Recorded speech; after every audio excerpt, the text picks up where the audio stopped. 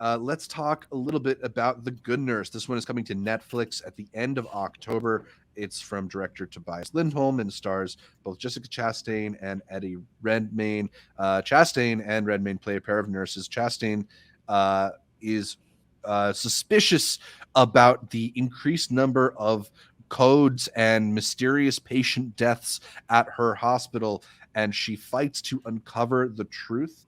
I thought this was a pretty competent, solid thriller, medical thriller of sorts, that just keeps you on the edge of guessing, like, how are they going to be able to nail this down, because it sort of comments on the ways in which institutions often cover up the wrongdoings that go on within them in order to preserve their own legacies, and seeing this struggle against this greater force and to the attempts to try and like seek out justice. I just thought it was very effectively done. It's not necessarily like, you know, the most original or pulse pounding thriller out there, but I think it's a good time. And personally, I feel like something that happens at these festivals is people will go into them sort of anticipating, all right, is this going to be a best picture contender? Is this going to be a best actress contender? Is this like an Oscars movie? And no, The Good Nurse is not really like an Oscar contender,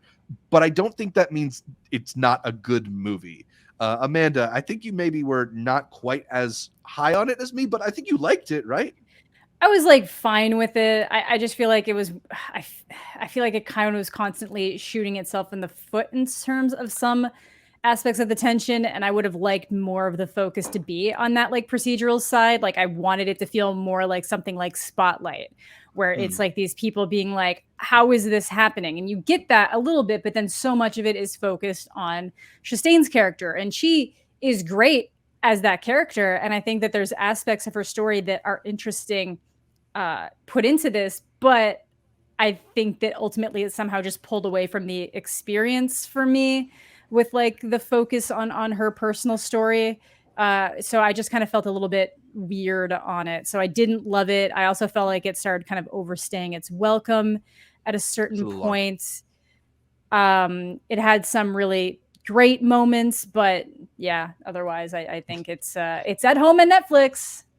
It also, I think it takes this year's crown for the imitation "Today we call them computers" grown worthy what's it, title at the end, or epilogue bit, but I guess I'll save that for when more people get to see it.